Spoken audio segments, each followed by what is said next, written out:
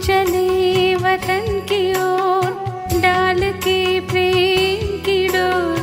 हम चले वतन की ओर डाल के प्रेम की डोर। बाबा खींच रहा है आज सहज ही अपनी। இரட்டை வெளிநாட்டு குழந்தைகளுடன் சந்திப்பு. பாப்தாதா தினசரி அன்பான குழந்தைகளுக்கு அன்பிற்கான பிரதிபலனை கொடுக்கின்றார். தந்தைக்கு குழந்தைகள் மீது அந்த அளவு அன்பு இருக்கிறது.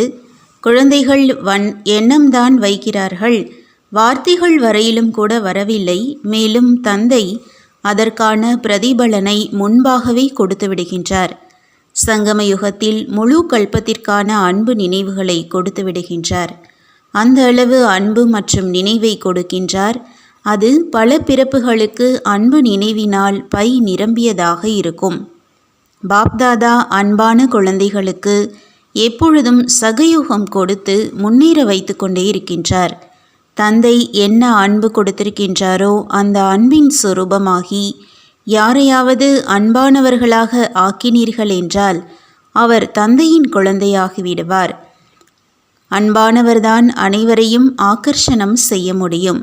அனைத்து குழந்தைகளின் அன்பு தந்தையிடம் வந்து சேர்ந்து கொண்டே இருக்கிறது. நல்லது. மொரீஷியஸ் பார்ட்டிகளுடன் சந்திப்பு. அனைவரும் அதிர்ஷ்ட நட்சத்திரங்கள்தான் இல்லையா? எவ்வளவு பாக்கியத்தை பிராப்தி செய்துவிட்டீர்கள். இது மாதிரியான பெரிய பாக்கியம் யாருக்கும் கிடைக்க முடியாது. ஏனென்றால் பாக்கியத்தை வழங்கும் தந்தையே உங்களுடையவர் ஆகிவிட்டார். நீங்கள் அவருடைய குழந்தையாகிவிட்டீர்கள். எப்பொழுது பாக்கியத்தை வழங்குபவர் தன்னுடையவர் ஆகிவிட்டார் என்றால் இதைவிட சிரேஷ்ட பாக்கியம் என்ன இருக்கும்?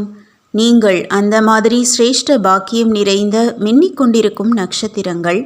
மேலும் நீங்கள் அனைவரையும் பாக்கியம் நிறைந்தவர்களாக ஆக்குபவர்கள். ஏனென்றால் யாருக்கு ஏதாவது நல்ல பொருள் கிடைக்கிறது என்றால் அதை மற்றவர்களுக்கு கொடுக்காமல் இருக்க முடியாது. எப்படி தந்தையின் நினைவு இல்லாமல் இருக்க முடியாது, அதேபோல் சேவை இல்லாமலும் இருக்க முடியாது. ஒவ்வொரு குழந்தையும் அநேகரின் தீபத்தை ஏற்றி தீப ஒளியாக ஆக்குபவர்கள். தீபாவளி ராஜதிலகத்தின் அடையாளம். அப்படி தீபங்களின் மாலை செல்பவர்களுக்கு ராஜதிலகம் கிடைத்து விடுகிறது.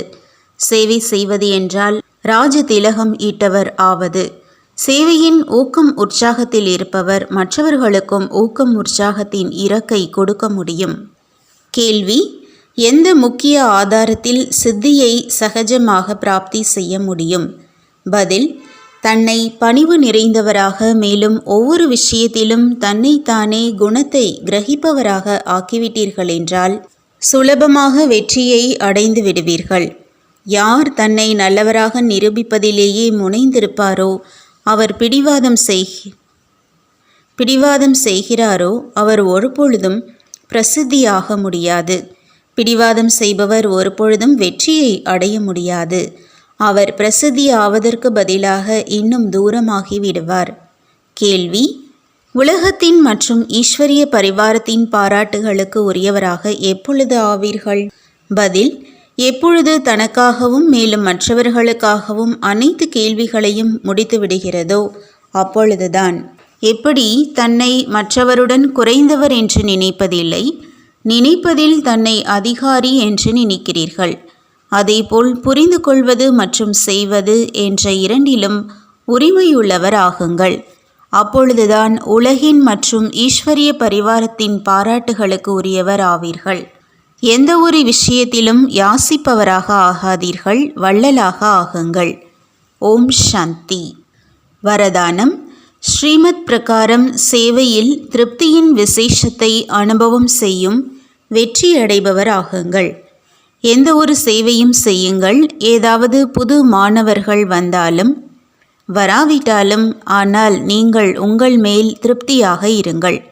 ஒருவேளை நான் திருப்தியாக இருக்கிறேன் என்றால் இந்த செய்தி அவசியம் வேலை செய்யும்.